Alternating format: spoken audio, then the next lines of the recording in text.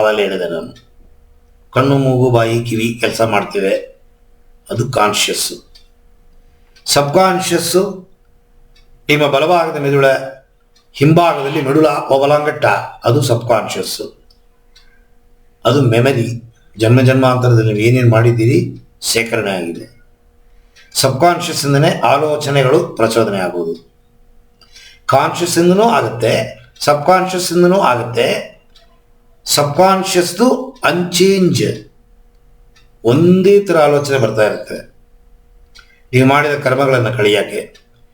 Conscious ಎಡಭಾಗ ಮೆದುಳು, ಅದು ಕ್ಷಣ ಕ್ಷಣ ಬೇರೆ ಬೇರೆ ಬರ್ತಾ ಇರುತ್ತೆ. ಸೂಪರ್ ಕಾನ್ಷಿಯಸ್ಸು ಆಲೋಚನೆಗಳೇ ಇಲ್ಲದೆ ಇರೋ ಸ್ಥಿತಿ, ಏನಿಲ್ಲ.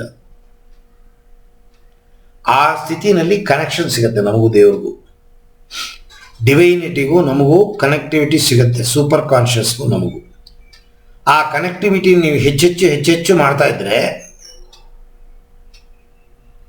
ಅದು ಟೆಸ್ಟ್ ಮಾಡುತ್ತೆ, ಇದು ನನ್ನ ಕಾನ್ಷಿಯಸ್ಸಾ, ಪ್ಯೂರಿಫೈಡ್ ಕಾನ್ಷಿಯಸ್ಸಾ ಟೆಸ್ಟ್ ಮಾಡಿ ಎಲ್ಲ ಸರಿಗಿತ್ತು ಅಂತಂದರೆ ಈ ಯಾವುದೋ ದೇಹದಿಂದ ಬರುವ ಆ ಕಾನ್ಷಿಯಸ್ಸನ್ನು ತನ್ನ ಕಾನ್ಷಿಯಸ್ ಜೊತೆಗೆ ಸೇರಿಸ್ಕೊಳತ್ತೆ. ಆವಾಗಲೇ ಮುಕ್ತಿ, ಹುಟ್ಟಿಲ್ಲ ಸಾವಿಲ್ಲ. ಅದನ್ನು ಬೇಕಾಷ್ಟು ಯೋಗಿಗಳು ಪಡ್ಕೊಂಡ್ಬಿಟ್ಟಿದ್ದಾರೆ. ಅದನ್ನು ಪಡೆಯೋದಕ್ಕೆ ಈ ಥರ ಸಾಧನೆಗಳನ್ನು ಮಾಡ್ತಾರೆ ಎಲ್ಲ.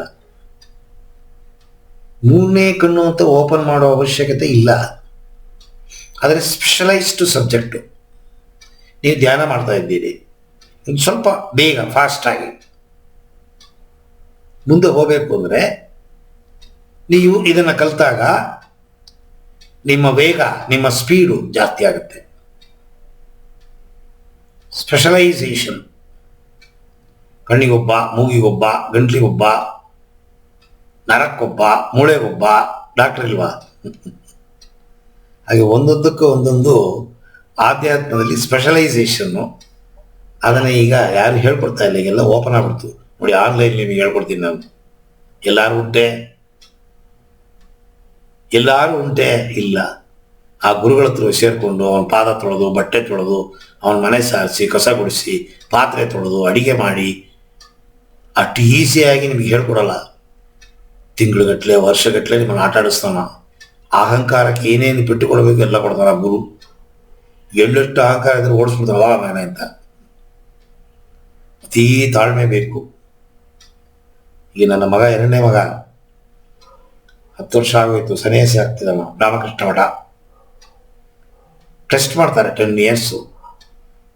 ಇವನಿಗೆ ತಾಕತ್ತಿದೆಯಾ, ಯೋಗಿ ಆಗೋ ತಾಕತ್ತಿದೆಯಾ ಅಂತ ಚೆಕ್ ಮಾಡ್ತಾರೆ. ಇದೇ ಅಂತ ಗೊತ್ತಾದ್ರೆ ಮಾತ್ರ ನಿಮ್ಮನ್ನ ಒಳಗೆ ಎಳ್ಕೋತಾರೆ ಕಾವಿ ಬಟ್ಟೆ ಬಿಟ್ಟು, ಇಲ್ಲದ್ರೆ ಇಲ್ಲ. Get pass. ಈಗ ಅದೆಲ್ಲ ಏನೂ ಅಲ್ಲ. ನೀವು ಬಂದ್ರಿ, ಕೇಳಿದ್ರಿ, ಏನೋ ಇಂಟ್ರೊಡಕ್ಷನ್ ಕೊಟ್ಟ ಪಾಠ ಸ್ಟಾರ್ಟ್ ಆಗೋಯ್ತು. ಅಷ್ಟು ಸುಲಭವಲ್ಲ. ಇಲ್ಲಿ ಕುಕ್ಕರ್ ಇದೆ, ಈಸಿಯಾಗಿ ಅಡಿಗೆ ಆಗುತ್ತೆ, ತಗೋತೀವಿ. ಡಿಶ್ ವಾಷರ್ ಇದೆ, ತಗೋತೀವಿ. ಗ್ರೈಂಡರ್ ಇದೆ, ತಗೋತೀವಿ. ಅಡ್ವಾನ್ಸ್ ಅಲ್ವಾ, ಆಧುನಿಕ ಲೋಕ. ಹಾಗೆ ಆಧ್ಯಾತ್ಮವು ಆಧುನಿಕಕ್ಕೆ ಅಂಟಕೊಂಡಿದೆ, ತಪ್ಪಿಲ್ಲ. ಆದರೆ ಸಾಧನೆ ಮಾಡಿದ್ರೆ ಮಾತ್ರ. ವಿಚಾರ ತಿಳ್ಕೊಂಡ್ರೆ ಮುಂದೆ ಹೋಗೋಕ್ಕಾಗಲ್ಲ. ಸಾಧನೆ ಮಾಡಬೇಕು ಅಂದರೆ ನೀವು ಏನು ಕಲಿತೀರಿ ಅದನ್ನು ಅಪ್ಲೈ ಮಾಡಬೇಕು. ಮಾಡಿದ್ರೆ ಸಿಗತ್ತೆ, ಎಲ್ಲಿ ಸಿಗಲ್ಲ. ವಿಚಾರ ಬೇಕಾದ ಜನ ತಿಳ್ಕೊತಾರೆ, ಅಪ್ಲಿಕೇಶನ್ ಇರಲ್ಲ.